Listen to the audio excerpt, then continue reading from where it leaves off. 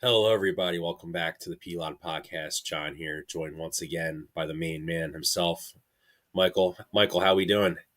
We're doing well. We're doing all right. We're just waiting for next Sunday at this point. Right. Yeah. So this is actually like the first week without any type of football since July. Isn't that pretty crazy? Yeah. To put that into perspective, like the last time we had a Sunday without any football whatsoever, the Yeah, it Phillies, was. the Phillies were on pace to win 190 games. Yeah, it was quite a different scope of how we're feeling now, obviously. Um, but these 2 weeks are going by very, very slowly. Feels like they're going by much slower than last time. We're a week down, but this next This week is is just going yeah, to. yeah. I would say this is a very unique feel. I think going into the Super Bowl because I feel like in 2022 it sort of felt like after just blowing out the Niners and the Giants, like it was sort of like we're playing Kansas City and obviously that you know they didn't win the year before, so we're like oh well you know look how well Gannon's defense was in the playoffs, et cetera. Like we were, I think, maybe not false confidence. We drank the Kool-Aid because as good as the defense was, it was very sack dependent, and obviously the slippery field totally neutralizes that. But even just a step further, uh, it was still a Jonathan Gannon-led defense, and if there's anything we know about Jonathan Gannon-led defenses, is that it's good quarterbacks that consistently carve him up. And honestly, probably the biggest difference between that year's 2022 and 2024 for the Eagles is that this defense is much more equipped to handle good quarterbacks and good quarterback play significantly more than the previous team. Shio Kapadia posted those nice stats. It was, you know, the Eagles against quarterbacks in the top 15 of EPA per play in 2022 kind of got shredded. Jared Goff, they gave up a bunch of points to. Obviously, Mahomes, um, you know, Dak. They didn't face many, but when they did, they were getting cooked. And this time around, when they faced quarterbacks in the top 15 EPA, Lamar, Jordan Love, Matthew Stafford, Jaden Daniels multiple times. They were, for the most part, shutting them down pretty effectively. Joe Burrow being another one. Um, so, yeah, huge night and day difference. But, anyways, not to really talk too much about the Super Bowl because that is what we will be talking about next week, basically exclusively. So, Yes, I would. So, yeah, I would say that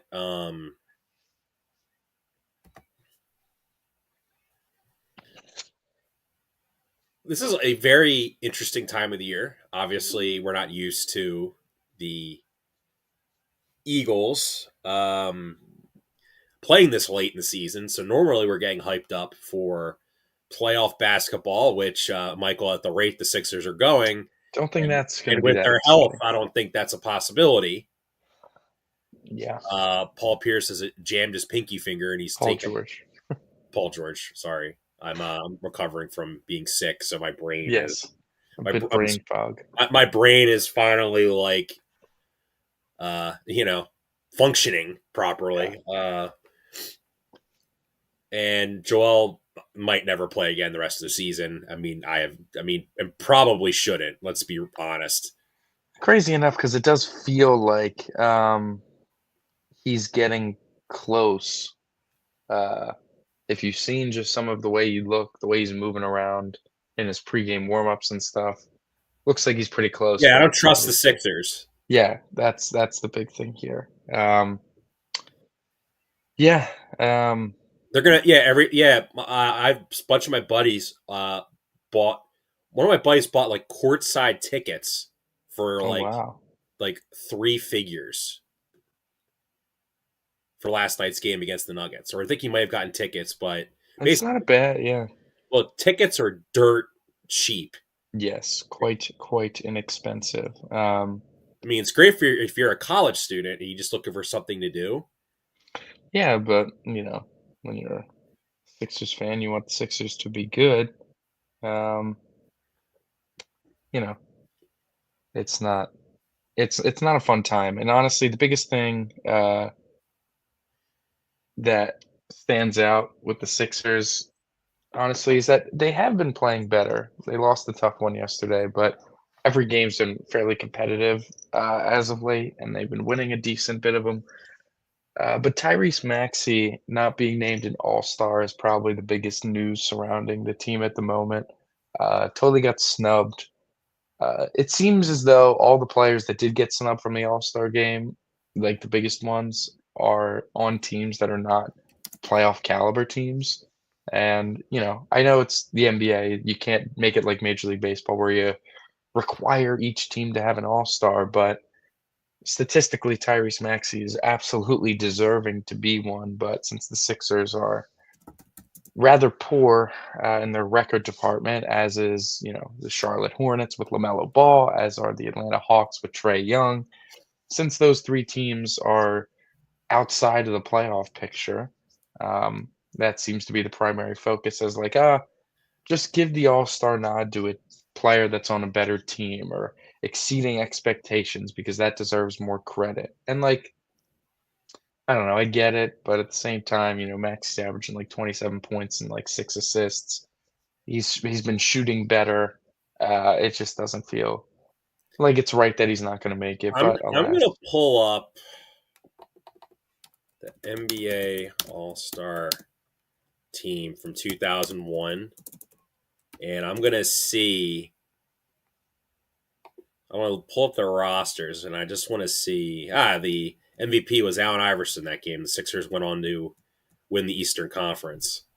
So let's see here.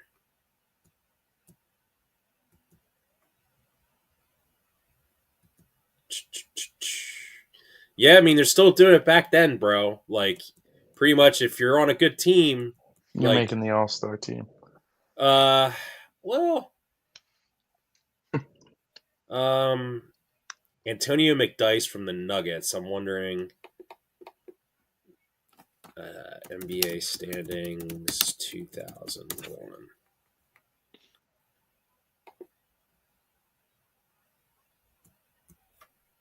Yeah, like the Celtics missed the playoffs. They didn't have an All-Star that year. Yeah, and listen, Like if you're a Paul bad Pierce was team, their All-Star. if you're a bad team, you usually miss the playoffs. But like just sometimes it gets, sometimes there's just the snub, and it is what it is. He'll make one eventually.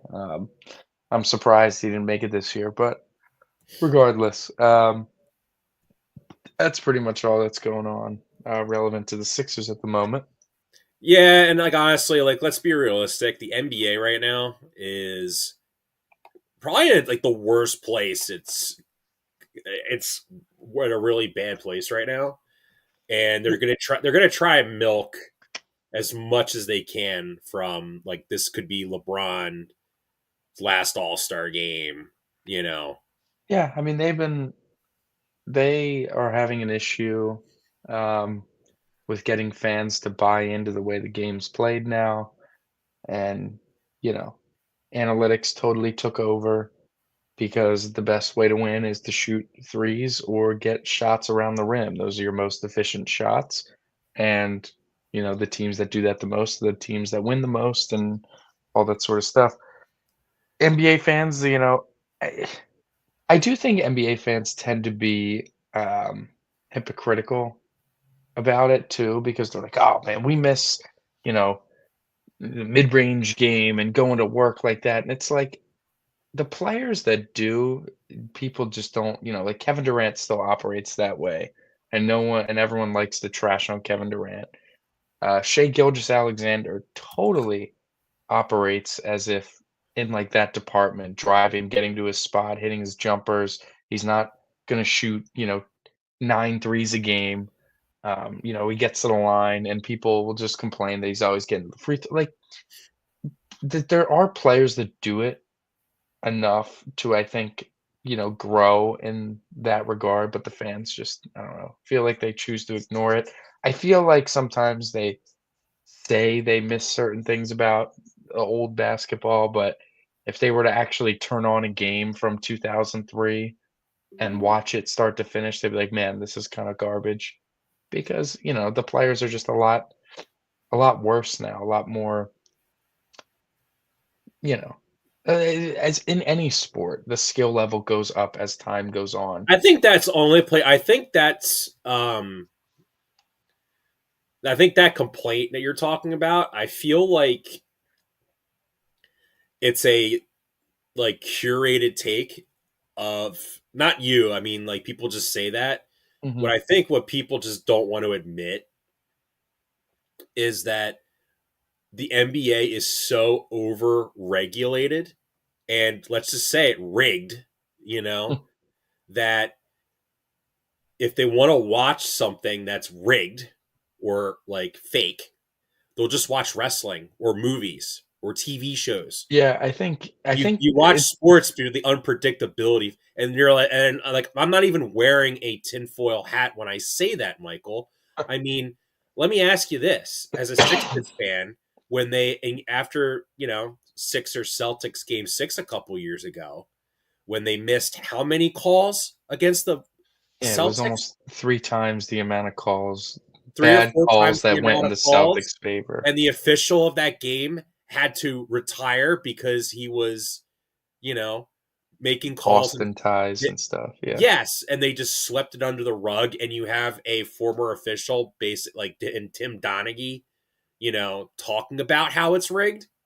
And they just made him the fall guy. Yeah, if the NBA really, really I think the best thing they can do to start is make a significant like, you gotta do something with the officiating. I think that's the biggest complaint that people have. People hate seeing players get thrown out for just kinda arguing or for something or getting weak technicals.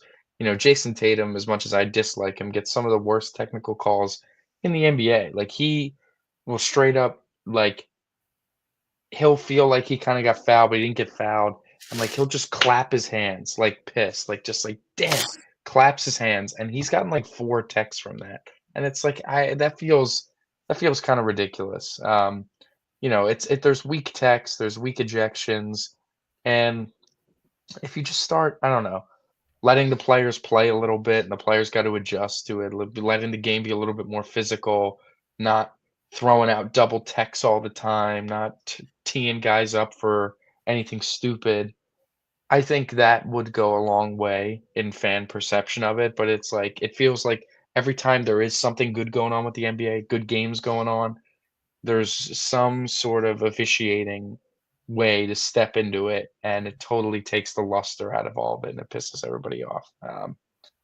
But alas, the NBA is too worried about some other stuff. Like Adam Silver's thinking about going to from 12-minute quarters to 10-minute quarters, and it's like, That's eh, clearly a response to like the pitch clock in oh, baseball. he said he's like, "This is the NBA is the only professional basketball that isn't just 4 10-minute quarters." He's like, "Even college basketball, it's 2 20-minute halves, but, like, EuroLeague, WNBA, Olympic basketball, it's all 4 10-minute quarters." And he's like, "I fit it better. I think that fits better in a 2-hour window." And it's like, "Dude, you want your 2-hour windows to go more efficiently, start the games on time." Sixers Nuggets last night on national TV supposed to start at 7:30. Tip-off wasn't until like 7:47. Start the game at 7:30. Really push your pregame show Well, at here's an 7 if you idea. want Well, people to here's watch it another that bad. idea for games to go by faster. You just said it. Get Call less better fouls. Yeah. officiating. Yes, I totally agree. And it's just like you're just kind of missing the point. And like the biggest also a big issue, if you were to make the games from 12-minute quarters to 10-minute quarters, say goodbye to all the parity that's in the NBA. The NBA is in a pretty good spot in terms of parity, especially in the Western Conference. If you were to shorten the games, say goodbye to all the 7th, 8th, ninth guys off the bench sort of thing. You'll just play your games with 6 guys, maybe 7 if you wanna back up, like, big, for example. But you're only playing 40 minutes a game. What star player can't play 40 minutes a game? You know what I'm saying? Every star can play. Every starter can play about 40 minutes a game. you're really not gonna need to unload the bench all that much. Yeah, the Just union's give not me a going to go for 10-minute that. shift and take a The breather, union's not 10-minute going to shift. go for that because what's going to happen is that salaries, in theory, are going to go down. Salaries would go down, you'd get less Oh, that's probably money why they want to limit the quarters. They want to limit the salaries less money going to lesser players players. Like, if you're not good enough to be a that 6th make up man. the union. There's more lesser Exactly. players than star It would players. just it would just never work, and, like, just to know that that's where your mind's at in trying to fix the game, I think you're just not even close to the right answers with certain things. Yeah, Adam Silver's a horrible commissioner, and he needs to go. Yes. So, Anyways, so speaking from one sport with the horrible commissioner to another sport with the horrible commissioner, let's talk about. Let's talk about the Phillies' spring trainings next week. yeah, pitchers So, and catchers are pitchers and soon. catchers. A So, couple guys are already down there throwing. I saw Nola. I saw Orion Kerkering. Um, yeah, it's getting towards that time of year. It's always fun to start up a baseball. I love spring training, and that's how you really know the weather's getting warmer. The whole thing. yeah. So obviously, Michael, the Phillies had an off season where I think a lot of people thought they were going to make wholesale moves after the really disappointing showing against the New York Mets. Yeah, Well, that didn't happen, Michael, because they lost Jeff Hoffman to Toronto. They lost Carlos likely due Estevez, some their big injury. trade acquisition of the Royals. Yeah, it Am I just missing anybody else? that they Austin notably lost Austin Hayes, the Big. Reds. Like, It really, yeah. I'm going to say this, dude, is that I think this should be a spring training. If you're a Phillies fan, you really should be watching the first couple weeks because this is where you're getting your first probably good look at Andy Painter, Justin Crawford, and Hayden Miller. Aiden Miller. Yeah, I mean, eh, this, talk about the off season or whatever, and it wasn't as splashy as people wanted it to.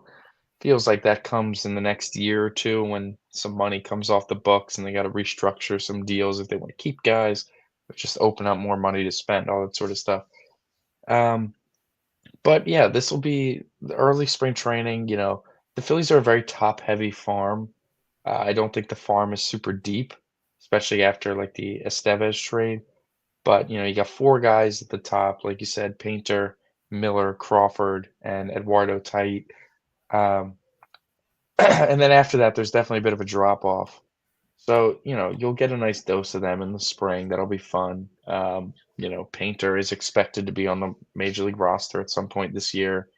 And, Crawford and Miller probably expected to be on the roster next year. Um, Maybe if things are exponentially growing, maybe they get on earlier than we think. But yeah, the team is the team. They made an improvement in the rotation, which I think is a fairly significant improvement. Now you got the best rotation in baseball. I think I do think it's better than the Dodgers. Um, and yeah, like I guess now we can talk about what who we're most excited to be watching in the spring. And I'll start.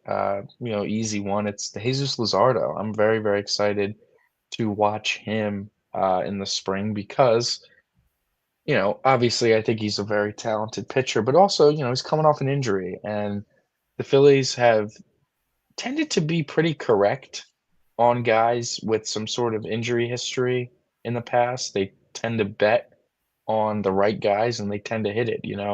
They gave Zach Wheeler a pretty lucrative contract for a guy that couldn't stay very healthy. And it turned out to become one of the biggest steals of a contract in the current state of baseball, as how good he pitched and how well he was able to stay healthy.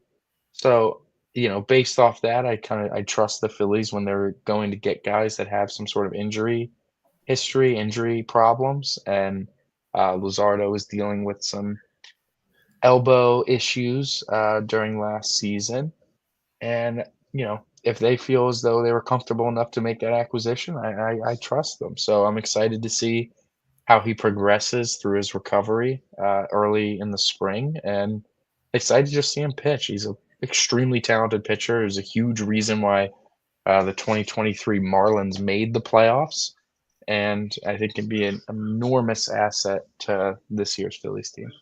Mm. Yeah, I'm gonna say guy I want to really focus on, and I know this is probably going to be very unpopular. Um, I'm gonna focus on Trey Turner because he's had a very up and down tenure here Mhm. so far. And like people were jokingly refer to him as the Tobias Harris of the Phillies, which I think is a little unfair, Michael. It's a little disrespectful. And as a big Toby defender, it's still quite disrespectful to Trey. Like if I pull up Trey, I'm going to pull up Trey Turner's you baseball can't name reference, like Trey Turner and has some three-time All very. Star, batting title, Silver Slugger, World Series champion, I mean, Trey Turner did a lot to carry you through the Braves series in 2023. He really. 807 OPS, 88. So here's his. I think this is what I kind of want to see from him. I do want to see he's got to get a little bit more power. Like I'm sorry, You but think he needs more power? I think he just needs to be more when I say power, I don't mean consistent. necessarily home runs, Michael. I mean I need to see a couple things. One, I need to see him when I more in shape. When I say in shape, I mean like he's like not gonna tighten up. Like, did you know last season was the first time in his professional career, with the exception of his rookie year in 2015, where he played in only 27 games, that he failed to record a triple. That does feel pretty alarming. I mean, do we think it has anything to do with him being 31, him just getting older? Yeah, but like that is, but like that's. I think like if he's gonna try to, I feel like if he's gonna try to use less speed, he's got to get more power. Like attack the gaps, get more doubles, because like I mean, his on base numbers are just so they're not bad, but it's just they were just better. That peak from 20 2018 to 2021, 2022 it was just better.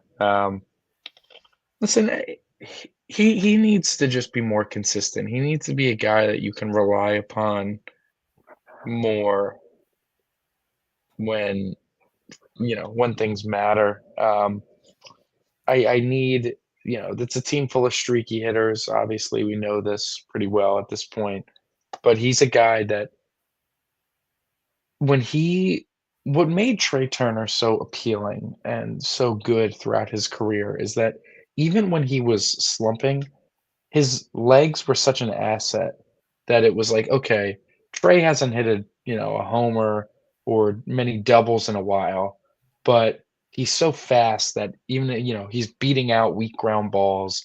He's blooping base hits in and he's able to steal second and really you're still feeling his impact even if he's not making great contact with the ball. He's flaring one down the line, and since he's so fast, it's becoming a double. And I feel as though since he's been here, his cold streaks have been a lot more just swing and miss as opposed to putting the ball in play and using your legs as such an asset because, you know, it's just he's a guy that should not strike out. He's always been a guy that struck out a lot, but it's really like his most strikeouts, 130 in 2018, and it just jumped up to like 150 his first year here, well, here's and the thing with Trey just a Turner is lot. when he was on those national teams, Michael. I mean, we're talking about he was playing with like Juan Soto, Bryce Harper, Anthony Rendon. When like people forget how good he was before he, basically gave up when he went to the Angels. Jason Worth. Right. I mean, yeah, but is he? I mean, he's not playing with bums here. That's for sure. No, but like at the same time, it's like he was signed to be the second best hitter on the team, and it's like, I mean, would you think? Do you think he's the second best hitter on the team? No, I And think he's probably the third best hitter on the team. on a and third best hitter on a team that people want to see more production out of. Yeah, no, for sure. It's I don't know. Maybe expectations are Like, unfair. Then well, what's it's the whole here's point of doing all this? Like, so what? Well, because we got a lot to excuse me. cover and not a lot of time. So how about you give me another? Well, give me another player that you are looking forward to see, and I'll give you my other one, and then we can. I mean, I guess this is like a collection of guys. I'll say because it's the three guys that if they if one of them really steps up, then Oh, you're gonna you know say what? the guy No, I'm thinking of. I'm throwing that out. You know who I'm gonna say actually? It's another pitcher back in the bullpen, Jose Alvarado. I'm excited to watch him because one, if you've kept up with his Instagram as of late, he posts a good amount of workout videos and stuff, and he looks just significantly smaller. Like he looks like he's lost a good bit of weight. Um, looks like you talk about you hear it in football all the time. He's in the best shape of his life. This looks like this could be truly the best shape of his life entering this season, which if he is back to what he was in 2022, truly, and for what he was most of 2023 as well, truly, it would make a lot of their bullpen problems or prospective problems go away. The biggest success that the Phillies had with their bullpen last year, and listen, it was good all season long. The playoffs were just unbelievably unexpected. Is that they had 4 guys at the back end of the bullpen that they trusted to get meaningful outs, Jeff Hoffman, Matt Strom, Orion Kerkering, and Carlos Estevez, and I think that's the sort of formula they wanna follow, and if you look at what they have this year, it's currently sitting at Matt Strom, Orion Kerkering, and Jordan Romano. You're missing a 4th guy, and they're seemingly not going to be adding said 4th guy, at least not before the season starts. So they're going to hope someone steps up or, deadline rolls around and they'll spend their prospect pool that way. Jose Alvarado can make that situation significantly easier. He's playing on not a cheap contract. He's making like around like 7-ish million this year, and he's got like a $9 million I think club option next year. So he's not only playing to, like, cash in on that, but he's, playing to earn himself a meaningful role again. Jose Alvarado last year was wildly inconsistent and was not really to be trusted in big spots, and it was unfortunate. He was just kinda sitting up there, and you didn't really trust to bring him in, Yeah, it's and $9 million club option. club option, and, he's just fallen so far from grace because he was a enormous reason why you went on such a nice run in 2022 and huge reason why you made the playoffs and got to where you got to in 2023. I think his struggles was, part of the reason you didn't feel like you had another lefty to trot out there outside of Matt Strom, and when you did, it was, heart attacks with, Alvarado and, like, Gregory Soto during the season. So, I think that he's a guy I'm gonna be looking to watch to see how he's adjusted if the velocity ticks up. Obviously, it's not gonna be out of the gate like 100 because, you gotta, ramp up to it, but just to see, like, the command and seeing if he's getting the chase on the slider/cutter pitch, like, if he's able to get more swing and miss because he was struggling getting swing and miss, and people were just putting the ball in play on him, and they were squaring him up a little bit. So I'm excited to watch him and see if he can get back to what he used to be, and how that would be such a huge jolt for the back end of this bullpen. Yeah, so the other guy I want to pay attention to a lot is Bryson Stott. who I think you were about to say. He was going to be in the group, yeah. So my so yeah, like he obviously he had a down year last year, Michael. One thing I noticed about his swing, I think you may have noticed it as well, is that he was trying too hard to like not hit home runs. That sounds very cliche, but he looked like he was just a lot of his singles turned into pop outs. Yeah. Yeah, he's a guy that needs to really, like you're a BABIP guy. You're a guy that's gonna put the ball in play, not necessarily hit it all that hard. You need to I'm not saying you gotta turn it like Luis Ariz, where he's, like, perfected how to just drop balls into left field for a base hit, but, you can't get too far away from what you're supposed to be. You're not supposed to be a guy that's gonna hit 25 home runs, like, you're gonna be a guy that is gonna hit maybe, like, 12, but when you're squaring the ball up well, you're serving it in that right center field gap and just peppering it and getting extra base hits or peppering balls down the lines and stuff. And, you know, when you have guys like Trey and Bryson, it's like when you're cold, I can't have you being such zeros because you're striking out all the time. When you're cold, I need to be like, okay, you're not hitting a lot of hard hit balls, but you're just putting the ball in play so constantly and you run so well that you're still getting on base from time to time. And Bryson's still a guy. He's got a good eye. He's got a good approach. It's just he was swinging and missing a lot last year. And when he was making contact, it was So not this is the consistent. big dip in his production. So in 2023, he had 32 doubles, two triples, 15 home runs. Mhm. Last year, he had only 19 doubles, two triples, 11 home runs. Yeah. I mean, he's got to just kind of hit for the gaps.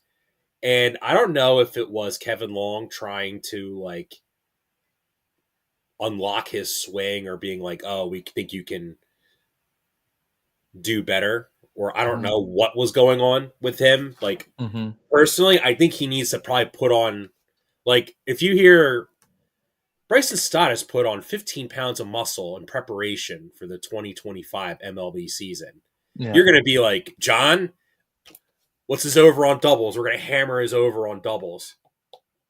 Yeah. Yeah. No, I totally agree with you. Like, that was kind of like I think the issue with the Phillies daycare was no one really. I mean, there's one guy that seemingly does put in a lot of work in the offseason. He also is like the most hated player on the team right now. Yeah. Oddly enough, Yeah. ironically, he's the most despised person, might be the most despised athlete right now in Philadelphia Yeah, maybe. because the Flyers will transition this over to the Flyers. The Flyers, Michael, finally did something off the Yeah. ice.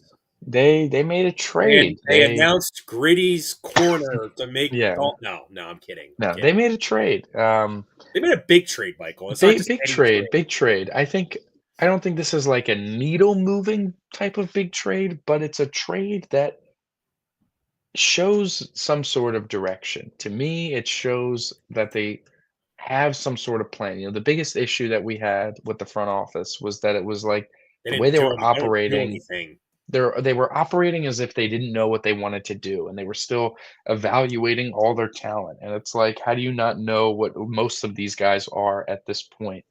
And I think all 4 of the players involved in the trade are guys that can all, you know, they could all enjoy a change of scenery. That seems like kind of the MO from both fan bases, both from all that sort of stuff. So anyways, here's the trade. The Flyers are sending Morgan Frost and Joel Farabee to the Calgary Flames in exchange for Andrei Kuzmenko, Jakob Pelletier, and 2 draft picks. The 2 draft picks being a um, a second round pick, correct? Second round pick Uh, and for a seventh round pick. this year's upcoming draft. Yes. So what this does for the Flyers, I will say, is it gets rid of a bad contract in Farabee. It gets rid of Frost, who's a restricted free agent who you would have had to probably have given a decent amount of money for just to keep him. Um, you have 2 guys that are on expirings. Kuzmenko is an unrestricted free agent, and Pelletier is a restricted free agent, and he's not expected to really make a ton of money in the restricted free agent market. So really, you can have him for next year. He's only making 800,000 this year. You're not going to go much over that to keep him. And Kuzmenko would be staying if he, continues to play well, or perhaps if the Flyers make another move, which kind of opens the door. A couple things here. One, Andrei Kuzmenko played. He waived his no trade clause to come to the Flyers. He played with Matvei Michkov in the KHL as a teammate of his, and just 2 seasons ago, the 2022-2023 season, he scored 39 goals, um, and had 74 points in Vancouver playing alongside Elias Pettersson.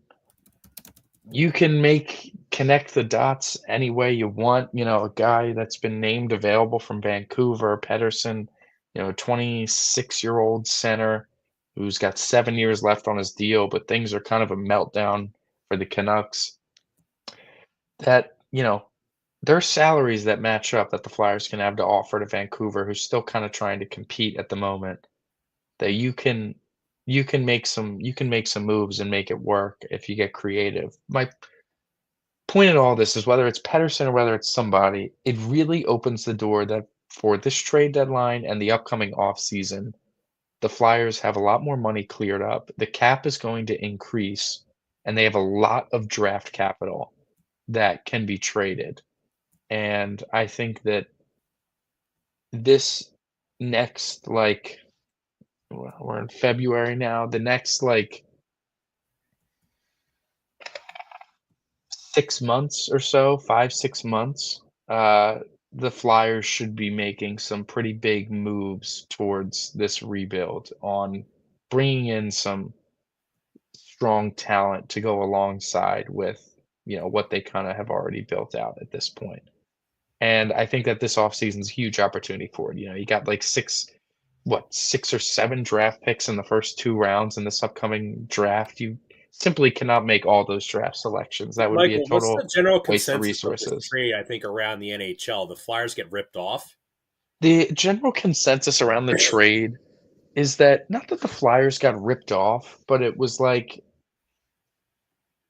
I I think the smart people are viewing this as like this is the start of something bigger for the Flyers. This is a way to clear money up, to acquire some assets, and potentially, flip the draft picks or use the now open money space to go make some bigger moves. Like that's sort of what the Flyers side of it is, and you're taking shots on high upside players. Because Kuzmenko is already 28 years old. He'll be turning 29 in just a few days. So you trade for a 29-year-old guy on an expiring contract. That's not necessarily the most enticing guy to have, but he is an upside player that if he lights it up and all that sort of stuff, you may view it's worth keeping him, especially if bring back his teammate that he was so dominant with just a few years ago.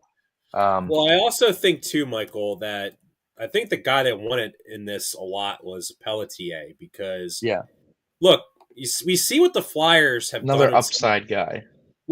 in their some of their Danny Briere trades we've seen.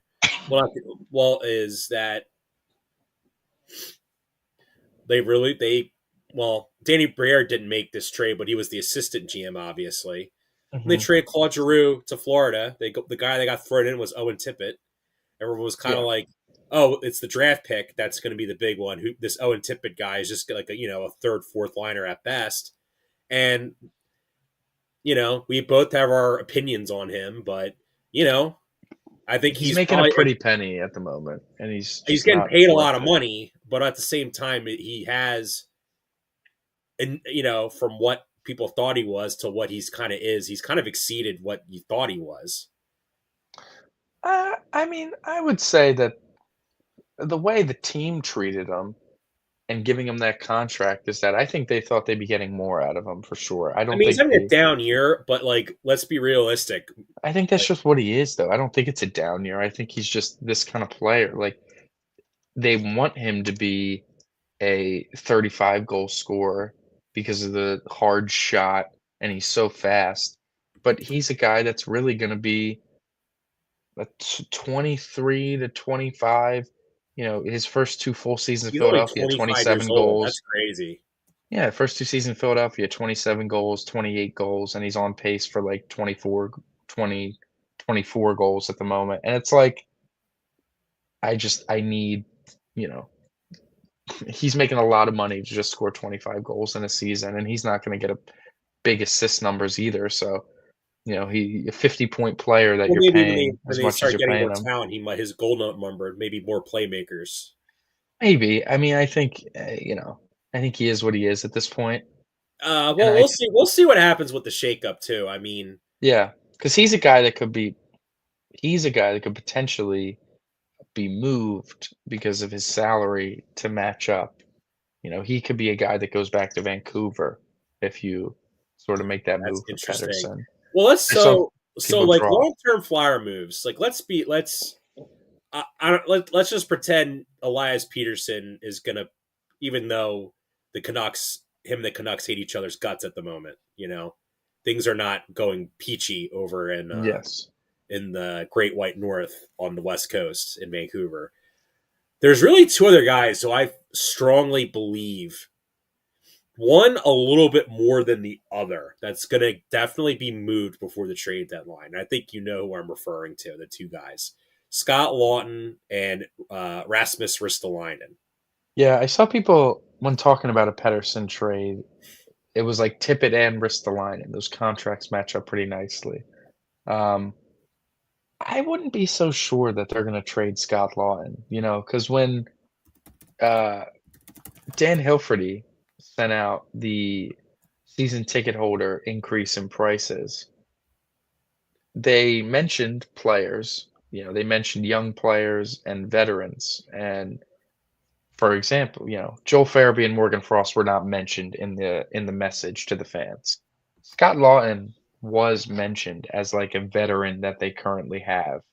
And it's like, when you're talking about something next year and the governor of the Flyers, the acting owner basically is naming a player in that message, feels like they're probably going to be on the team to start that. Like I think that for whatever reason, not for whatever reason, but the Flyers greatly, greatly value, um, what he brings as a leader, like, as, nicknames the sergeant, and he's a great, great culture guy, he's a great dude, and he's a solid player.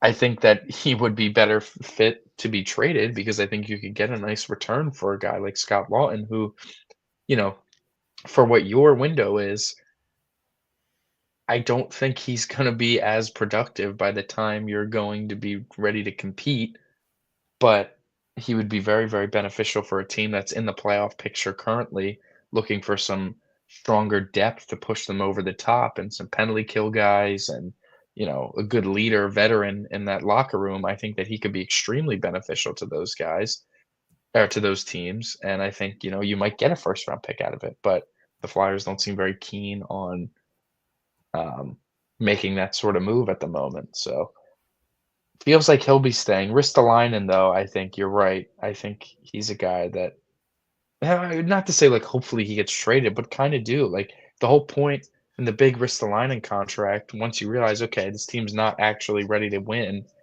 the whole point was like, all right, let's develop him and get him playing good enough so we can move him and get draft picks for it and be like, all right, you know what, it wasn't so bad.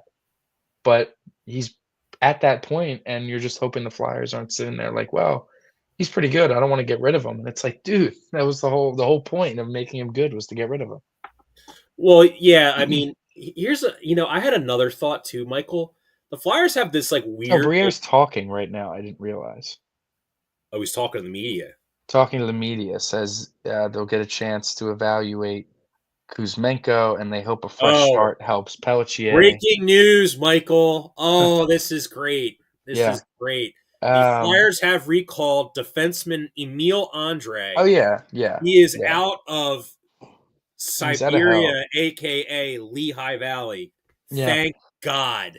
Yeah, I think that's, that'll be fun for the current team. But Briere also says he would have ideally liked to have added a center in this trade, but the development around players around Frost and Farabee made them expendable. Um, this was the best value available for I.e., those I'd rather guys. just take the draft pick than some trash center. Center, yeah. And he said the cap flexibility moving forward made the trade worth making. So there you go. He's saying it, black and white that the big reason he made the trade was to free up cap space. So there you go. Thank you, I mean, Danny. yeah, I would, of course. So, like, so the Flyers, I mean, they have opportunities to really like. I think Risto is the one that's more likely to go than Lawton. I know, like Mhm. you really talked why they shouldn't, but like it would be downright negligent if like you get offered a first round pick and you're like, no, we need Mhm. Lawton. Like that's a fireable like offense. That would Yeah. be like not Feels like the trading whole Sean Walker to for like a first round pick. Yeah, and it feels like the whole team is like in agreement on that, not wanting to trade him. So um we will be seeing, but overall with this trade, like, you know, I liked Frost and Farabee a lot. Good dudes. They clearly love it here in particular. Like, I see a lot of people are like, I can't believe they traded him a week before the Super Bowl. Those were two guys that they would have been down on Broad Street, given the Flyers not Yeah, I'm not. having anything Or, important to yeah, I'm do. not. I don't want fans playing hockey of the No, team. Michael. exactly. I Like want good they love hockey it here. players. They go out and like CI all over the summer. They're at Phillies games all the time, the whole thing. Um, Cool. but the problem, it just wasn't working out here. Whether most of that can be attested to Tortorella, whether Farabee coming back too soon from his neck injury was probably a big reason, and Frost maybe never felt comfortable playing under Torts, like the whole thing. So I think that I gotta say this though, Michael, a and like change of scenery would from probably watching benefit enough the both of them. sports, I've watched enough sports where the whole like ultra talented player that's underachieved and like you bring him in and you're like, oh well, his coaches were terrible. We'll fix him here. Like I feel like more often than not, it never works out. They're just like that's just who they are.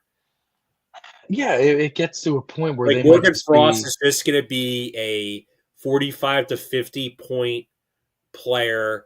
And trust me, Michael, there's like how many guys like 100, guys like that in the no, it just NHL? it just gets to a point where it feels like say that like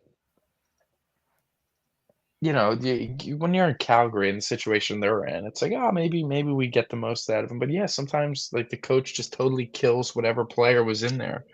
And I think a guy like Tortorella is certainly capable of What doing about the that. other coaches he's had? Who, Frost? Yeah. I mean, I think by the time he had Tortorella as his coach was like kind of when that age was supposed to start taking off. You look at his stats when he had when did Tortorella take over? 2021, 2022? Yep. So he played 20 games in the year of the bubble. And then the following year afterwards, I think he was hurt for most of the year. He only played 2 games. Following year, he played 55 games, and then Torts got there. And it's like, he was it was his first full season at age 23 was under John Tortorella. He never really had a chance. He never played under another coach really extensively. This was just kind of it. Wait, so Andrei Kuzmenko is no longer on the Flyers roster. The roster was at 24, but we'll wait for the official reason. Now it's at 23.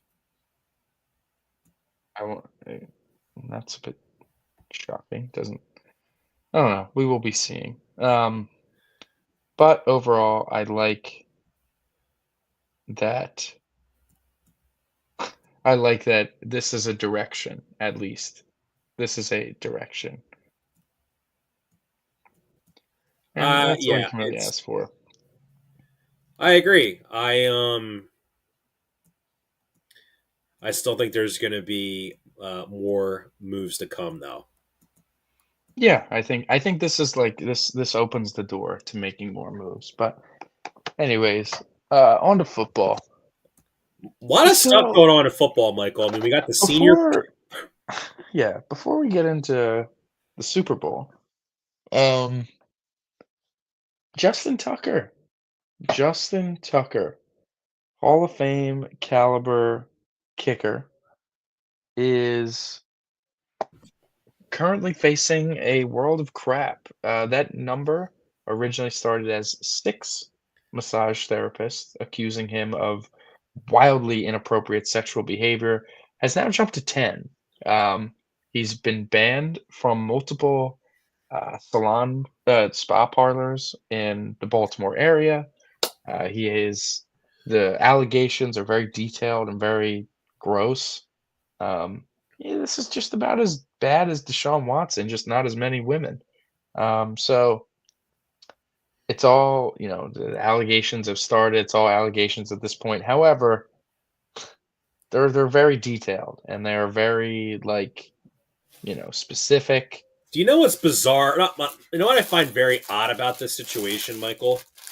There's like tweets from like 2021 of people saying stuff like, "Oh, Oh, by the way, oh, he's I just heard that Justin Tucker's banned from every massage parlor in the city of in Baltimore." Baltimore. Yeah, no, it like this isn't. This is why I think it's true. There's like 3 tweets from 2021 talking about how Tucker's weird and he's banned from massage parlors. There's like, you know, like I said, the number of accusers has gone from 6 to 12, or sorry, 6 to 10.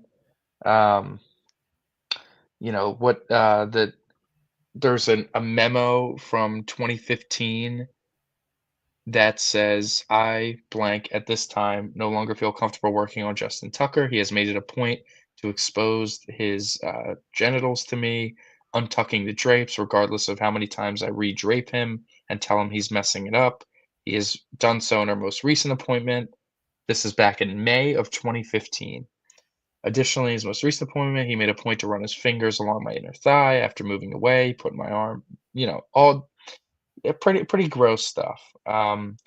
Most The allegations span from his rookie year in the NFL, 2012, until 2016, which is up to a year after he proposed to his college sweetheart. So this whole time, he was in a relationship doing this stuff too. He got married during the whole thing. Like it's pretty gross stuff. And it feels like, it feels like it's true, man. Like it's just kind of, it just feels really believable at this point. The old tweets from 2021 of people just saying it like tongue in cheek. Uh, They're just you know, casually saying it, yeah, like where it's like, well, it's "Hey, not even tongue in he's cheek. got It's just really good casual. crab cakes down at Yeah, Dave's and Famous also, Seafood. FYI, Justin Tucker is a pervert." and it's like I don't think they were just saying it. Like it's such a weird player to just call out and say it randomly. So clearly they knew. So like if you know, I don't know. It just feels true. And Did you like if you were to go down to like maybe not now, but like a year ago to like Baltimore, and you're like, "Hey, I'm gonna get a massage." You just walk in, you just see like Justin Tucker's face with like a big red circle like a red X on it. Is with a that what red X on it, and you're probably not what you're seeing, but that would be pretty fun. Um, like you're like, "Well, why?" Well, Michael, let's talk big picture here. So people are like shocked by this, like, and now apparently the AFC North is like the division of perverts, yes. Yeah, this is rapists. not new. I mean, is Yeah. there anyone on the Bengals that I'm forgetting about? That's because we all know the Steelers with Roethlisberger, the Browns with I don't think McCreep. as of known, I don't think that the Bengals have any sexual predators on their team at the moment. No. Not that we know of, at least. Unless you wanna call Chris Collinsworth one when he said he liked girls in high school, but that was when he was playing, he said, "The younger they are, the easier they are to trick." And it's like, what do you mean? When did he say Um, that? when he was playing, like, there's a really old grainy video that reminds me of like, what's that Matthew McConaughey movie? It's Um, Dazed and Confused. yeah, like it literally feels like you're watching a scene out of that. The way he's talking, very uncomfortable, but All right, alas, yeah, he's a pervert, creep, yeah, probably, pedo, or at least used to be one. Chris Pedo's worth. Yes. So yeah, AFC You're gonna North find out beat Trey gross, Hendrickson's like is a scumbag, you know. something like that. So yeah, so big picture here, it's not a good look for the NFL. It's not a good look that you already had this situation happen and you only suspended the guy 11 games and then didn't it reduce to 8? So like, what are you gonna do with the kicker now if it's only 10 women? Or is it gonna be 6 games? Like, what are we doing here? If you're the Ravens, you probably should just cut them, make it easy on yourself, and not have to, So you here's know, the thing with the Baltimore Ravens about that, just remove Michael. yourself from the Well, situation. here's the thing with the Ravens about this. So people are like, what are the Ravens gonna do? I don't think the Ravens are gonna do anything They until, probably aren't, and I'm gonna tell you unfortunately. why. People are acting like, wait, this is common knowledge, and I almost quote tweeted someone, and I was about to say, man, if you think this is bad, look up Ray Lewis. Type in Ray Right. Lewis Super Bowl party, Yeah. Yeah. because Right. you would have think someone on trial for murder would Would have gotten cut. would have been cut, but no. Yeah. Yeah. Uh, and if you read the details of Ray Lewis's case, it looks like he destroyed evidence. Yes. Which, if you're innocent, you don't destroy evidence. Nope. No, you do not. No, And you do even with not. Ray Rice, Michael, Ray Rice would not have been released by Baltimore if there wasn't that video of him dragging his wife by her hair out of an No, elevator. like, and honestly, Baltimore didn't even need to do anything because he just got banned from the NFL. Like the NFL, they put him on the commissioner's banned list or whatever. Like, Ravens didn't need to do anything. It was done for them. So, yeah, it'll be interesting to see. Like, they could really do some goodwill on, like, you know, handling these type of people and just cut them. And, like, if you wanna be scummy and look at the situation as a Ravens person, you wanna be scummy and you can be like, "He's been struggling, so this almost feels like a get out of jail free card to cut him." But alas, that would be If I was an a weaker agent right reason to cut now him. for these guys that are in the Senior Bowl and prepping for the combine, I'm like, if you get interviewed by a team and they ask you anything about a massage parlor, say you've never been there, you never want Never to been to go one. there. Yeah. Well, he would go to, like, it was like a considered like an upscale massage parlor, that, like, it wasn't like the Ravens massage team, but it was known as like, "Oh, this is the one, like, all the Ravens players go to." And it's like he was doing stuff there, and, So that's the people are scummy part. It's like, this is the scummy part, is that the Ravens had to have known yeah, like, this was going almost on. guaranteed that they had to have known. Like, there it's so much so that the staff that works there, they wear shirts that are, like, Ravens inspired shirts, like, they say things to insinuate that, like, "Oh, we basically have this pseudo contract with the Baltimore Ravens that we know all I'm their not players surprised come that here." Justin Tucker's doing this, to be honest with you, because he I mean, looks like a people complete degenerate. Did you see how he looks recently? well, there was that He one looks like interview a crackhead.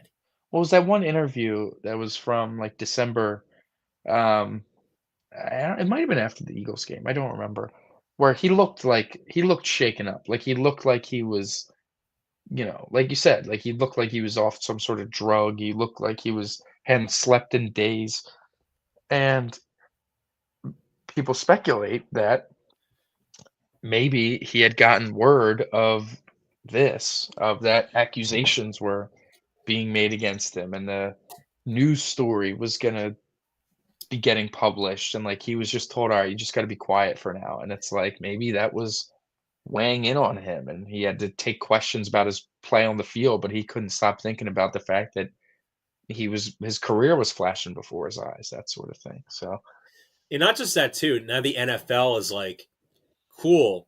It's media days Monday. Now, like, and of course it's the world's media, and I don't yeah, know if they don't. We know for a fact they don't filter the questions. no media day stuff, not really. No, Like Jalen Hurts was asked 2 years ago, do you feel like basically was asked about him overcoming his race to be a quarterback? Just really out of insane questions yeah, you should never ask. Like yeah, like racist questions. It's bizarre, yeah, you yeah. know? And you couldn't believe they would ask at a Super Bowl like presser.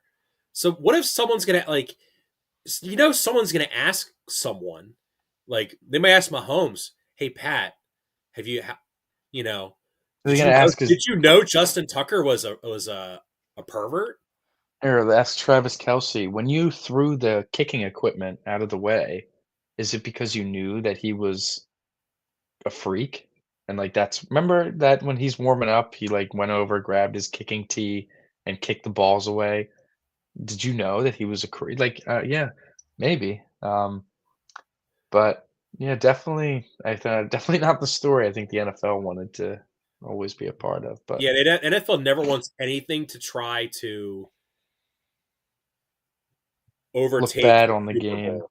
yeah, Yeah. especially negatively. But we do have other stuff to talk about. We have some games to talk about. Conference championship weekend was a smashing success for the Philadelphia Eagles. As for the Kansas City Chiefs played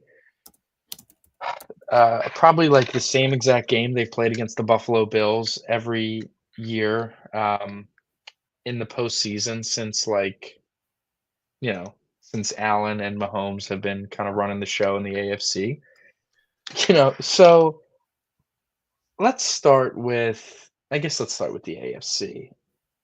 The telltale of these games, the way they have gone, is that no matter how good either team's defense is, no matter how good either team's offense is, both teams are going to score right around 30 points, and the Chiefs are always going to win by like a field goal.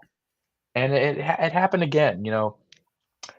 Josh Allen is unfortunately, gets strung along for these losses where you look at his stats, he's what, 0-4 versus Kansas City in the playoffs. He has like 11 total touchdowns and one turnover.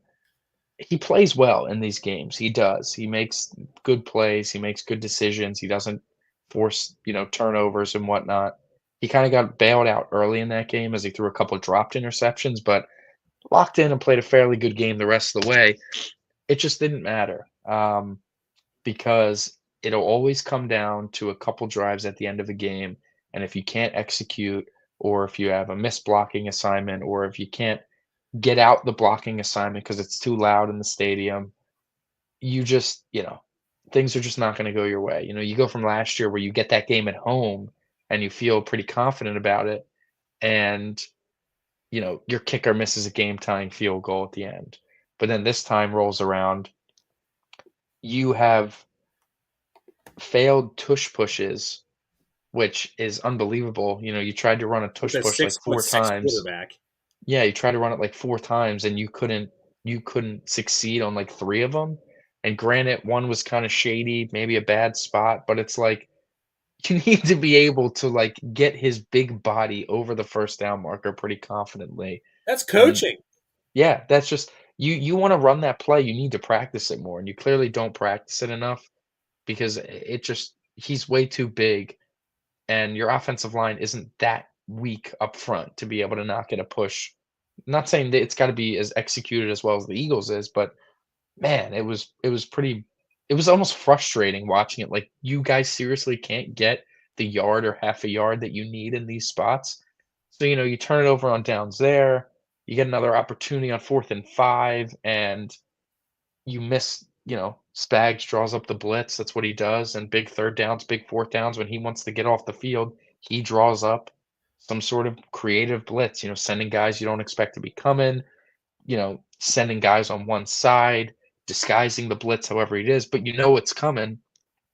And two guys came in totally unblocked. And if they do get picked up, you have an open guy that was probably the original destination of the play, but Allen couldn't get to it because two guys were in his face immediately. Yeah, And then but he Benjamin get Solak said he should have been able yeah, to. that was pretty rough. That But was hilarious. Like the yeah, and I response like of Ben and people. I like Ben Solak, but like that was a rough one.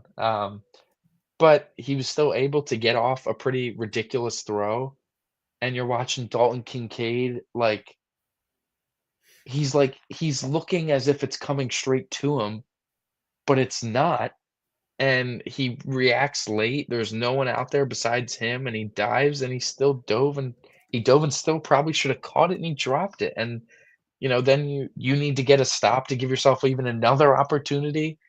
And 3rd and 9, 3rd and 8, whatever it is, you give up 18 yards on a little like rub concept. The Chiefs were able to fully execute on getting receivers just open, scheming them open all game. And Mahomes was on one. He wasn't making crazy throws, but he was extremely precise. I think the biggest telltale of when a quarterback is like really just that much better than everybody else is when you can execute hitting short to intermediate throws with perfect accuracy for like an entire game. The Chiefs weren't running the ball with great success against Buffalo, but Mahomes was consistently hitting his behind the line of scrimmage to like 8-yard passes every single time. And I think back to that Chargers Jags playoff game where the Chargers blew a 27-point lead at half, where they didn't run the ball the entire second half and they were just relying on Justin Herbert to hit those sort of throws. And it's not an easy thing to do. It's just not. There's a reason why there's not many quarterbacks that succeed in that way. Two quarterbacks who are the best at it, Patrick Mahomes and Tom Brady, some of the two greatest quarterbacks of all time. Justin Herbert couldn't do it. They blew the lead. You couldn't move the sticks. The Chiefs, when they're asked to do it in this sort of spot, Mahomes is hitting the guy. It doesn't matter how open he is, just sometimes you just make a bad throw. Sometimes you put it on the wrong side and it gets knocked down and you got to go punt now because of it. But every single time he's putting it exactly where it needs to be. You got to give a lot of credit to Andy Reid. He schemed these guys wide open when it mattered most. Like there wasn't a Buffalo defender in the vicinity. And, they were able to get out of there with a win and get back to the Super Bowl. Yeah, the ending sequence of that game. I thought Josh Allen blew it at the end. I know no one wants to talk about it. Everyone's like victimizing Josh Allen. Josh Mhm. Allen should hold some criticism, I think, in that game more than Yeah, for some of his sure. other losses. And this is what I mean. So the Chiefs they tie the game. Great drive, Josh Allen, really good drive. Yeah. Chiefs get the ball back. The Bills defense lets them like march down the Chiefs march down the field very quickly. And Yeah. listen, we've seen this story play out dozens of times. Mahomes Mhm. gets the ball. They're going to milk the clock as much as they can. Bucker, game winning field goal. Chiefs win, off to the Super Bowl, right? Well, Yes. they get down to the goal line with around 3.5 minutes left, Michael. What does Andy dial up? Three straight passes. Yep. Two of them You go go incomplete. you get sacked, and then you throw 2 incompletions. Basically, and now look, It was effectively giving Buffalo free an enormous timeouts. chance. You bailed them out to where they didn't need to, like, I don't know, they just didn't need to waste any time. Like, you could have really milked that game to probably the 2-minute warning or forcing them to call timeouts, either or, and you Well, Michael, didn't. they were calling like cover three in the Yeah. in the red zone.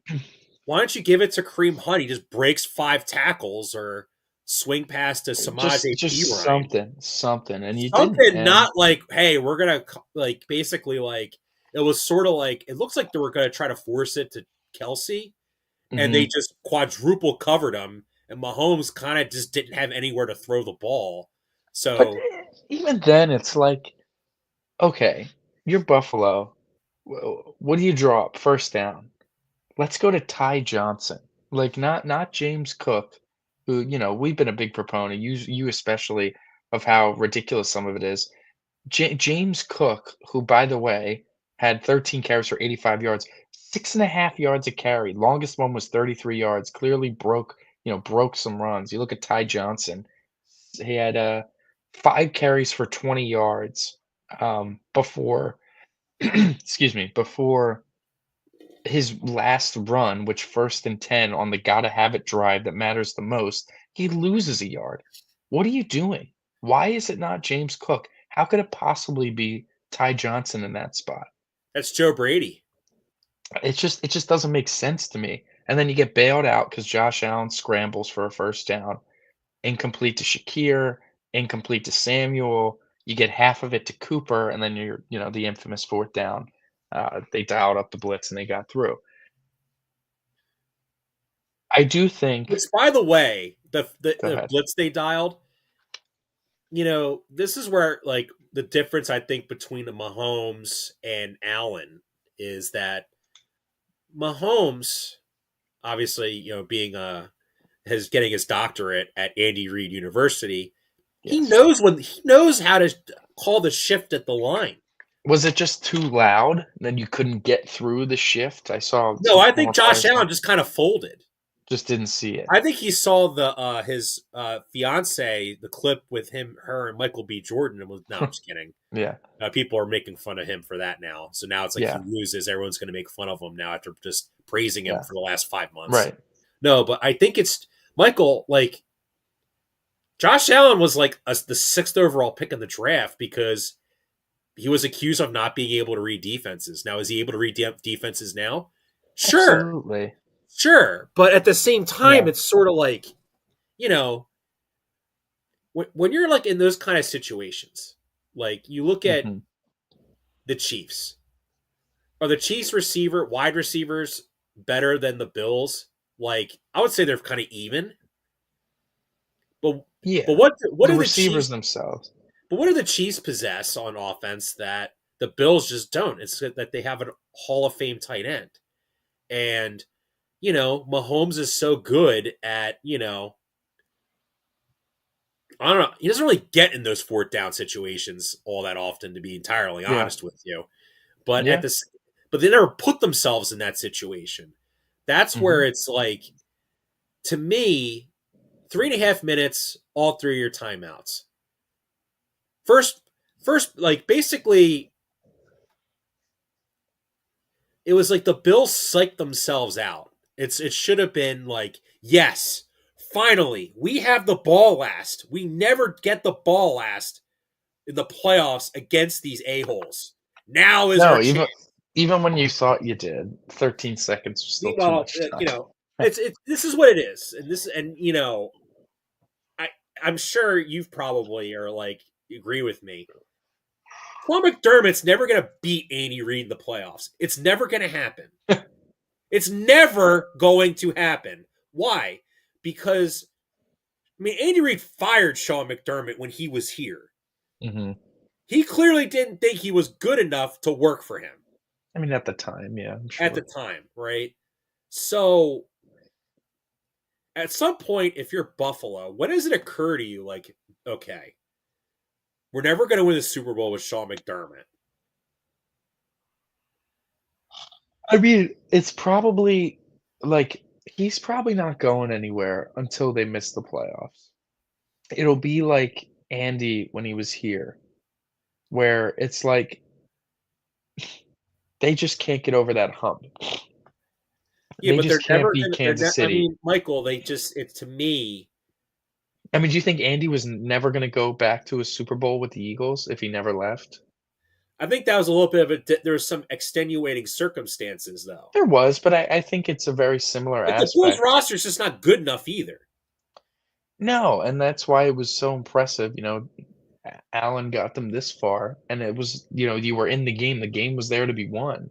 Like I And think the Chiefs were fortunate that Mark Andrews dropped that 2 point conversion because the Bills are in trouble if I the mean, Ravens tie that game.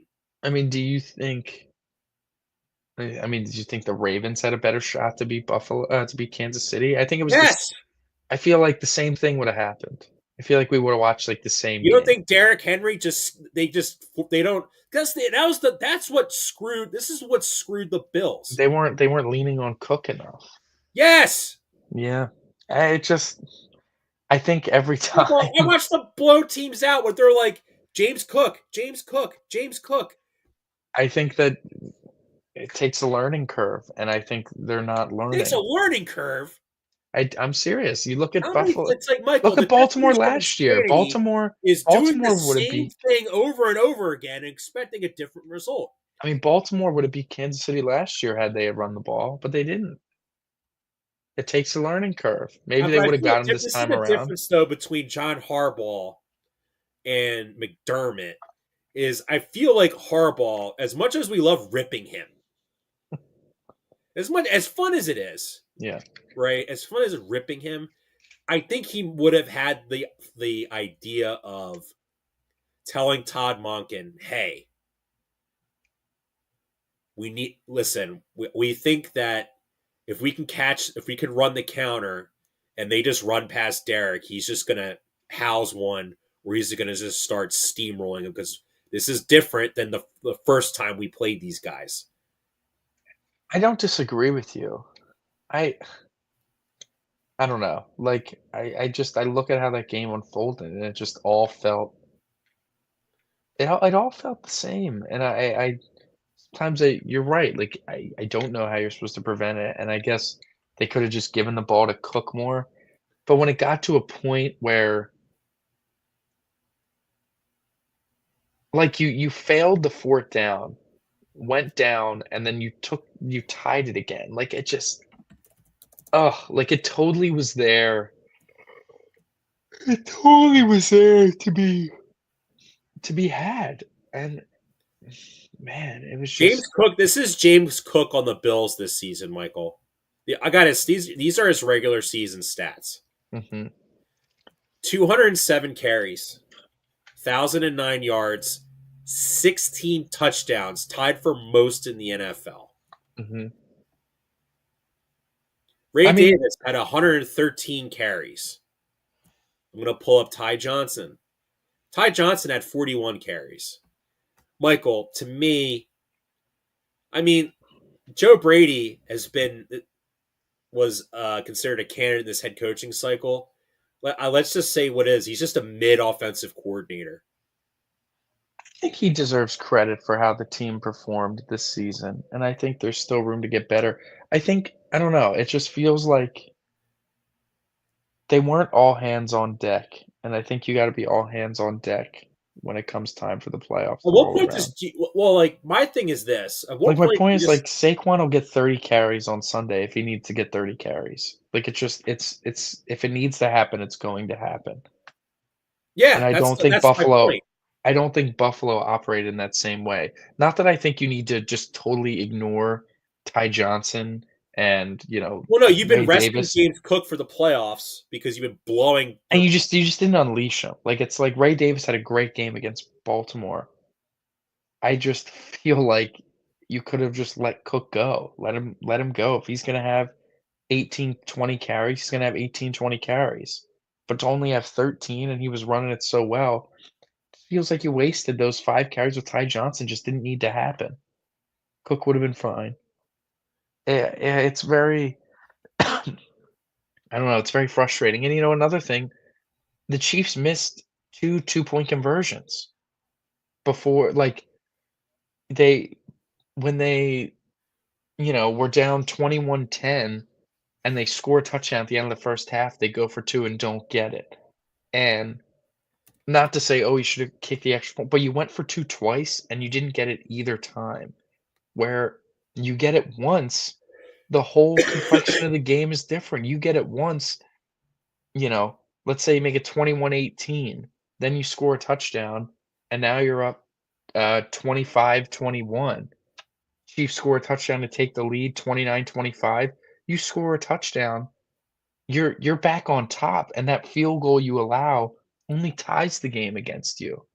And now you're playing overtime, or now you have the ball back in a tie game instead of a game down, and it's all a little bit different. You talk about execution and stuff, you leave some points on the board, sometimes it costs you, 2 failed two-point conversions, that's really, really tough.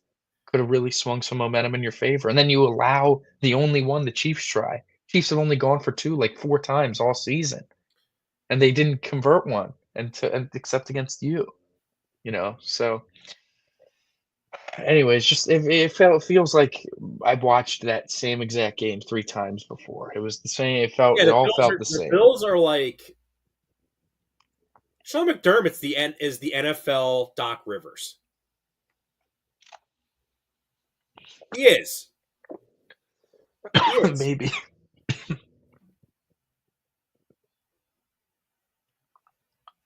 We just pointed out like a million mistakes they made, and Michael, like if they would have rectified 2 of them, they could have won.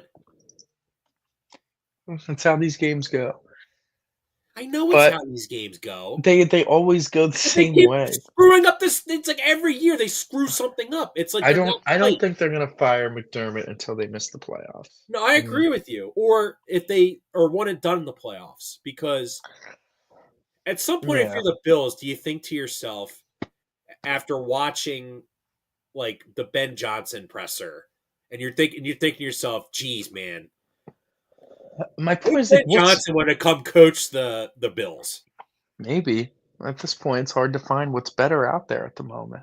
And, like, is whatever's out there, is that gonna be the I mean, secret look, dude. sauce I to mean, beat the listen. The Chiefs? Denver Broncos went like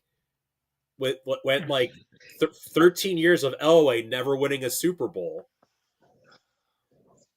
Shoot, Michael. I mean, You don't wanna be in that same what are spot, you but hoping for if you're a Bills fan? Like the Chiefs just stop making the Super Bowl and now's your chance? I think I think it's one time that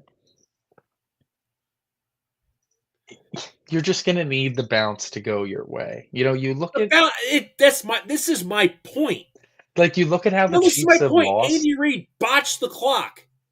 but you look at how the Chiefs have lost in the playoffs under Mahomes, and it was Joe Burrow, devil the magic, first game was they COVID. lost to New England, Brady, which, like, that was there were some questionable calls that were going the Patriots' favor, but it was also, like, you lined up offsides that negated what would have been a game-ending, like, pick six, basically, and it's game-ending interception was thrown by Brady, but your defensive lineman lined up offsides.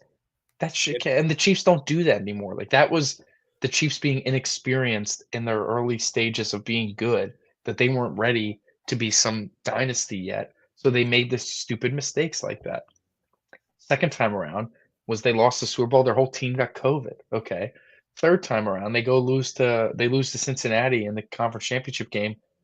That was one of the worst games Patrick Mahomes has ever played. Truly, one of the worst ones. He was missing guys in the end zone, turning the ball over, just dumb, taking dumb sacks. He was playing terribly. It was one of the worst games he's ever played. And it's like the way the Chiefs operate now, where they're not the big splash play team, they're not the high firepower offense. They are nickel and dime you to death because we know that negating avoiding negative plays is the best way to be successful, and your negative plays are sacks and turnovers. Letting my quarterback, who I trust to make the smart decision and the accurate throw in tight quarters, as well as I'm building my offense for him to get rid of the ball right away so he doesn't get sacked. It's a pretty damn good formula, and it's an annoying formula to play against. It's by design. You look at this year, how like the Chiefs were like 30th in the league in drives per game, but they were first in the league on, like, first downs per drive. They were, like, top 5 in points per drive, that sort of where it's like their design all year. And what we had to hear from media all season was, "Oh, this Chiefs team's not the same. This Chiefs team's not that good. This Chiefs team's this."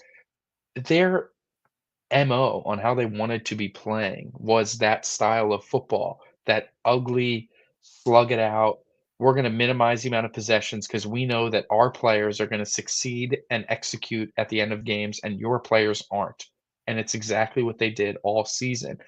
Pass interference on the Bengals. It was PI, getting a field goal blocked, missing kicks, pressures on, and you can't hear, and the snap comes too soon, and you fumble, and the game's over. And it's like those while they seem sort of fluky, they're just put in high pressure situations where the Chiefs execute under high pressure usually, and the teams that they play against don't. Even look, the Eagles Super Bowl. The Eagles couldn't get off the field at all. James Bradbury held. Shady call, probably shouldn't have been called in that spot, but they were put in a Well, no, the situation punt late in the return. game. Yeah, with the punt, all of it. All of it was. They were put in situations late that they needed to execute, and they made mistakes that the Chiefs don't make. And that's how they lost. That's how most teams lose to this team. You get put in a tight spot, you don't execute, now you lose. 13 seconds left. You think the game's over, right? Just don't let them get in field goal range. You didn't only let them get into field goal range, you let them get into comfortable field goal range. It was under 50 yards. How do you get into a field goal under 50 yards with 13 seconds to go? That's unbelievable. And it's they just let it happen. Let it happen. But alas, that's how they win all the time. They play in these tight quarters, and they can compose themselves, and they play better than the other team when it matters most. It's like clockwork. You rarely see playoff games that the Chiefs win that they don't, like, deserve. The Chiefs aren't winning playoff games that Mahomes turns the ball over 3 times. You Chiefs mean the aren't gonna tuck win. rule's not being employed? Exactly, like, that's a whole other conversation that it was like, people complaining about this dynasty They is were worse than the Patriots rampantly one. cheating to the Chiefs point where dynasty the Patriots. NFL destroyed all the evidence of them Yeah, cheating. like, Never see the light of day. could you imagine Mahomes getting a tuck rule call go his way right now? Oh my god, it'd be unbelievable. But anyways, let's get to the NFC Championship game. Utter demolition, Philadelphia Eagles. The Absolutely. Eagles now hold the NFC record for most points scored in an NFC championship game, and they've been playing these title games ever since the league, this since expansion. Yeah, they So, yeah, throttled Washington. You know, early on, I felt like the game was over. There were multiple steps where I was like, "Okay, it's over, it's over, it's over," but I felt like a huge momentum swing was that first Commanders drive where they converted multiple 4th downs, multiple 3rd downs. Eagles defense just could not get off the field, and it was like, "This is agonizing." And then finally, on, like, the 3rd, 4th down of the drive, on 4th and 2, they decide to just say, "You know what? Let's just take what we can get. Let's kick our field goal."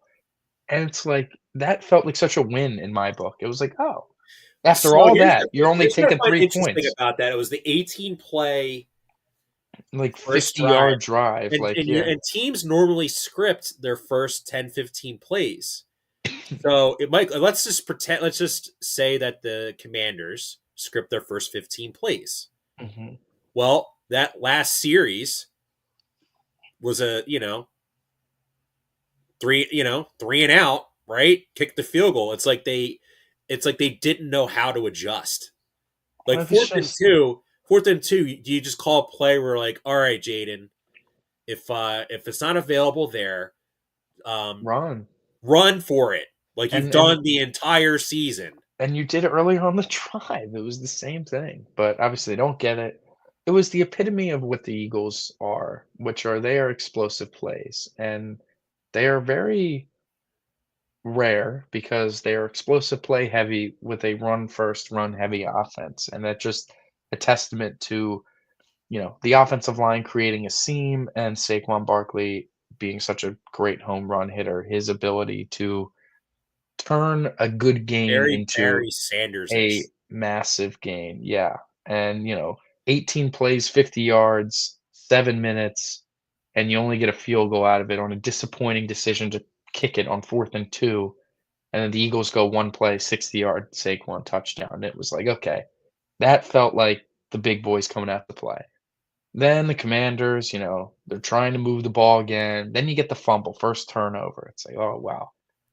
Eagles score again.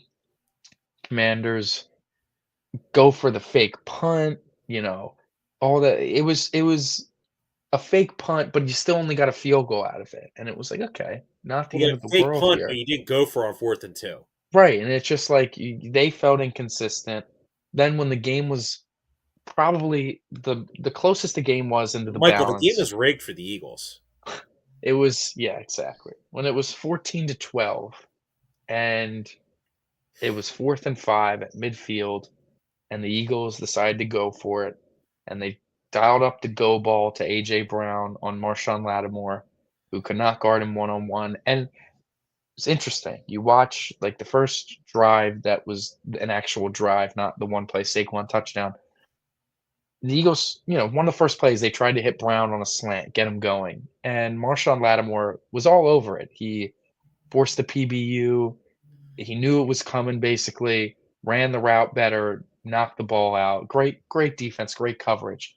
That showed me, and it clearly showed the Eagles that he was cheating heavily on the slants. He was like, "I'm not gonna get beat on these slants. I'm gonna really take them away when I think they're coming." And 4th and 5, when we get those 4th and mediums, 4th and shorts, what do we usually see from A.J. Brown? It's usually an A.J. Brown slant, and he hits it first down. He did it in the snow against the Rams. You could see that Lattimore was cheating for it, and AJ ran the go route, just physical through his contact, was pretty cooked, and, Jalen couldn't have put that ball in a better spot, and you get the huge conversion, score the touchdown. You fail the 2, and it might feel like, "Okay, that might have been a big move for the Commanders," and then they fumble on the kickoff. It was just they couldn't get out of their own way, but at the same time, this is just how the Eagles play. They play that physical brand of football. They punch the balls out. They try to force turnovers greatly. They're plus 10 in the playoffs in the turnover margin. It's a really unbelievable number at this point. They took it to them. You force another turnover, you get another touchdown, and now all of a sudden you're up 27-12. They kick a field 27-15 at half. Even when it was close again, it was 34-23.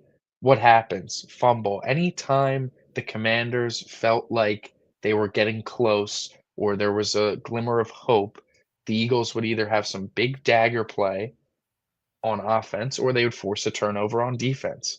And the Eckler fumble was probably the full nail in the coffin, and then, you know, 4th and 12, you're taking a sack. It was about as perfect as a game the Eagles could have played, even though they allowed, like, 23 points, which still isn't much, but it's not like they allowed 10 points. They allowed 23, and it just felt like an utter domination the entire time. Yeah, so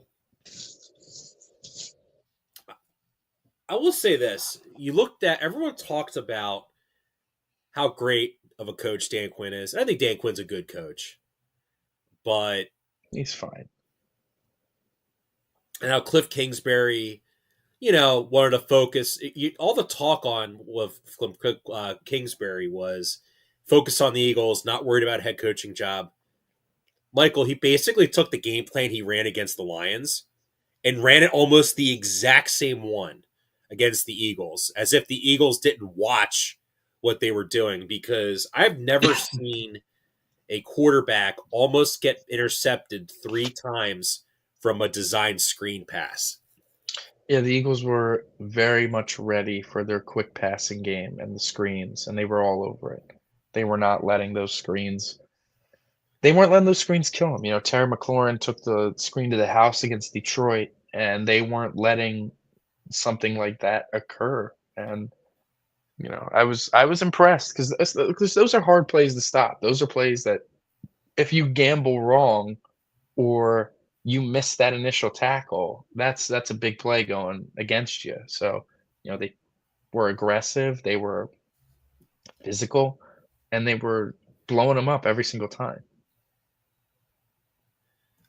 So I will say this: I think what I was really impressed with in that game was how they just dominated Washington at the line of scrimmage, like Both sides, really. both sides. And Listen, Washington had two big injuries up front. You know, Sam Cosmi being out at guard, and then Deron Payne being out on the defensive side of the but the ball. Eagles had to rotate their center as They well. did. They had to rotate centers. You know, Steen was in there the whole time, and Steen, I thought played okay. You know, had some pretty grueling mistakes, but also made some nice plays.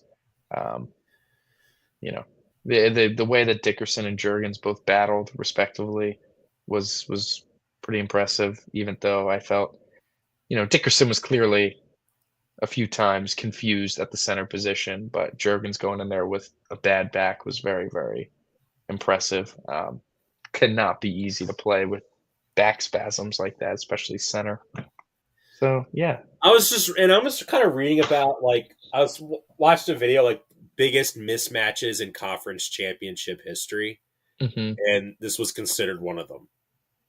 Yeah, I mean, Funny enough, was the media the Eagles were all picked against. yeah, they can try to spin it however they were, but we remember like it was.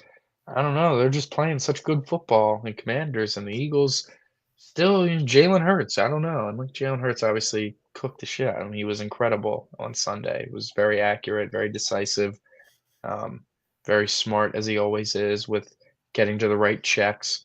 The first play of the game, you put on a dummy check to help open up that toss for a touchdown. You know, AJ Brown said he missed the signal after the Eckler fumble that would have been another 40-yard touchdown.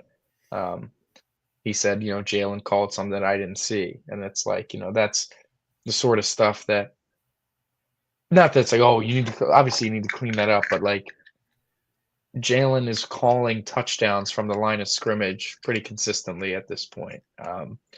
He did it multiple times against the Rams, and he did it, you know, like a couple times against Washington as well. You know, they talking on the out route to AJ Brown for a touchdown. That was both of them, you know, giving each other a look. Like we got him one on one here. He saw the inside leverage. He's like, I'm taking him outside, and it was perfect. The Commanders, it also felt like not like obviously it's very easy to say, oh, they weren't ready for this, but it's like they weren't ready for it in the sense of a lack of discipline. Um, Especially on the defensive and the special teams. You know, it started in the opening kickoff when Luke McCaffrey bobbled it, and then you have Jeremy McNichols fumbling the opening kickoff. It was like they're jumping off sides on extra points, you know, hitting people late out of bounds. It was sloppy. It was rigged. It was, yeah, it was overzealous. Like it was too hyped up for the moment that you couldn't like they just needed to relax a little bit.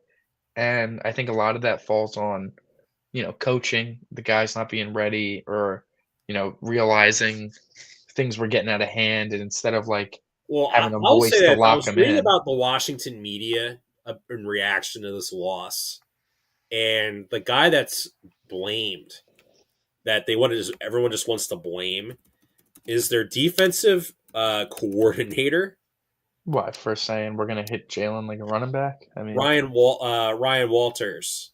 Wait, no, Washington no, that wasn't Commanders. him. Joe Witt. Yeah. Because the reason being is that they thought that their defensive coordinator was just basically watching first take and being like, "Oh, he's just a running back."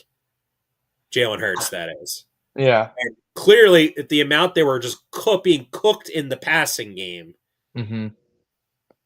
missing sacks, missing sacks, blitzing, not getting home, leaving guys wide open, you know, having to commit penalties. I Like mean, the they Goddard PI prevented a touchdown. They committed pass interference. The Smitty was being his arm was he being pass held. interference too. And like yeah, a lot of that's coaching. Listen, Washington's defense was never that good to begin with, and the only reason they had success against Kenny Pickett was because it was Kenny Pickett, and they were able to really just sell out to stop the run and Pickett couldn't beat him with his arm. You talk about they turned the ball over 5 times against us, and the Eagles only scored 6 points off those turnovers, and Kenny also gave them 2 turnovers of his own. It was never gonna be close. They say, "Oh, well, we won't turn the ball over 5 times." Okay, we turned the ball over 4 times. Like, I don't know what to say. Like, it's not an accident that the Eagles force turnovers at this point. Like, it is they Nick Sirianni put together, a compilation of Peanut Punch, Charles Tillman highlights of him punching out the fumble and, like, punching out fumbles, and they clearly made it a point on the defensive side of the ball to do that. When a Yeah, because runner's being fumbles are held more up, devastating than interceptions. well, it's just any sort of turnover, and it's like fumbles you can control forcing more than interceptions. Like interceptions, quarterback's got to make a bad throw, bad read. It's a lot harder to make a great play and force an interception than it is to make a great play and force Yeah, a fumble. but not just not to, a lot of the interceptions we see in the NFL, Michael, now are like we call the people jokingly call them arm punts. Oh Third yeah, I mean, third some of and you throwing 12, bombs. quarterback throws it 45 yards downfield and it gets intercepted. The Yeah, guy it's not a goes big deal. Yeah, and when you're fumbling, especially in all the spots that it happens, and it's huge. So I think a big story, every game except for the Buffalo game, Buffalo Kansas City game, has been decided by the turnover battle. Whoever won the turnover battle has won the game. And obviously that is common, but it's not usually that clean of a sweep. And the Eagles are like the big public enemy with that sort of thing. Plus 10 the turnover margin. The Chiefs are currently sitting at -1. So I guess we're not going to talk too much about next week because we can do that next week. But No, I think we should definitely just wrap up the show with yeah, this Kellen Moore news I just saw that he's now not considering New Orleans because of it being just a trash situation. I'm seeing like conflicting reports because I'm seeing that he's not sold on New Orleans because of the quarterback room. But then I'm also seeing that it's like they plan on meeting again after the Super Bowl, which feels like he's signing the contract after the Super Bowl.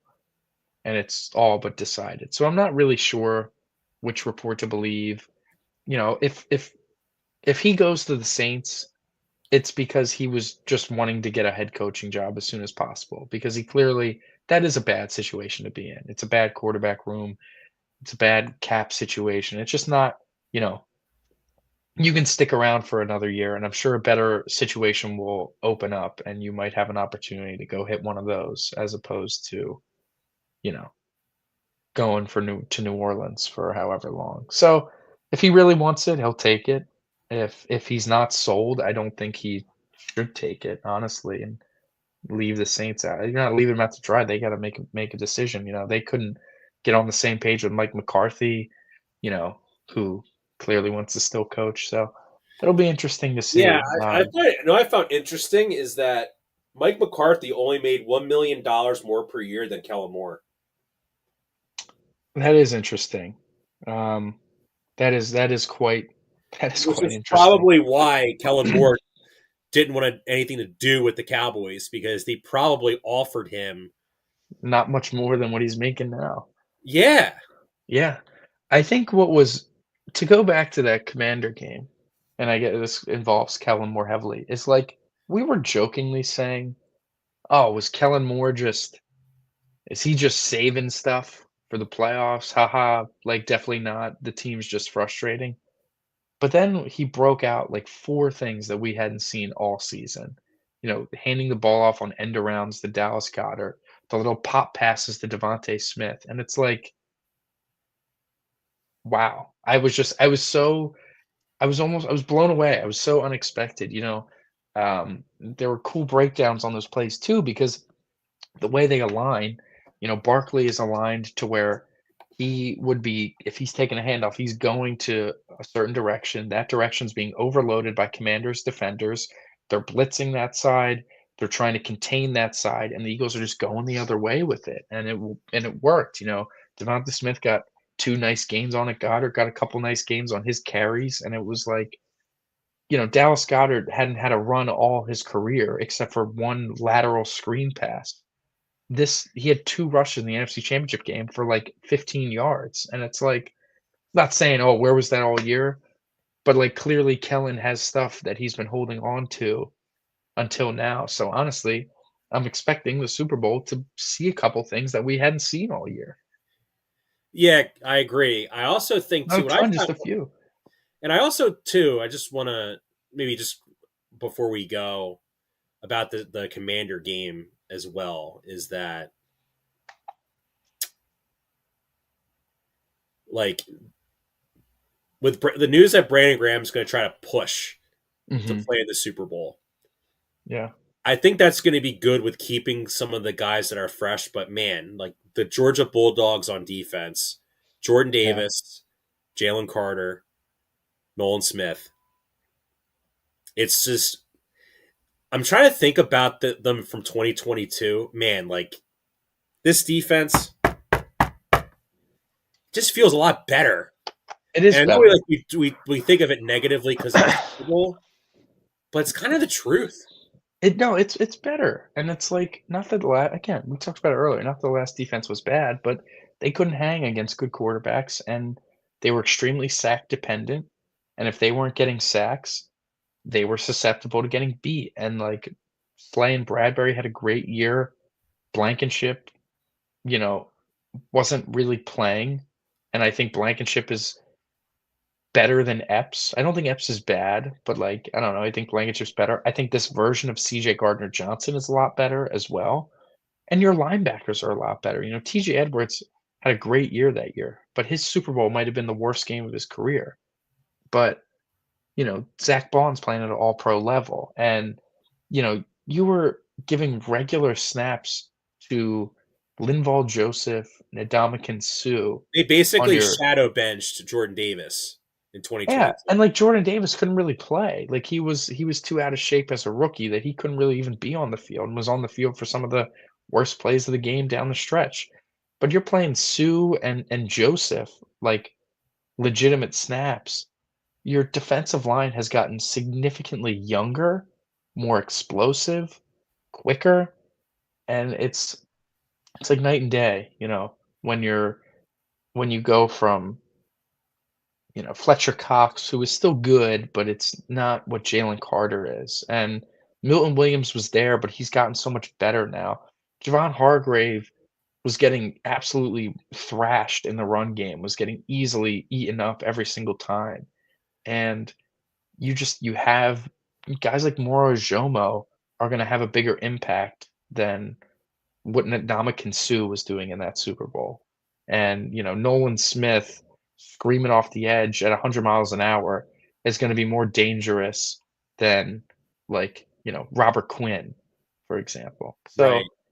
So, I just think that the rotation of D linemen are all just a lot more hungry, a lot faster. Like, I'm watching Jalix Hunt decleat the left tackle of the Commanders and just throw him right into Jaden Daniels's lap. And it's like, when you're getting juice from like your fourth edge rusher, that's just a good sign. I think the Eagles defense is in a much better spot this time around for sure. Okay. I agree. Well, everybody, thank you for tuning in. Next week's Super Bowl show. Big week. Big, Yes. big week. Thank you for Excited. tuning in, everybody. Appreciate it. Take care. Enjoy the rest of your day. We are part of the Fired Up Sports Network of shows. Please check out other Fired Up Sports Network podcasts like the P-Lot Pod, Water Cooler Talk, Bell Smashers, Philly Sports Love and Pain, Drunk on Broad, Beer Battered Sports, and the Fired Up Sports Show, which are available on all major podcasting hosting sites and social media. Also, check out Mark Ramos' Roundup on firedupsports.com, which breaks down the happenings going on with all your favorite local teams.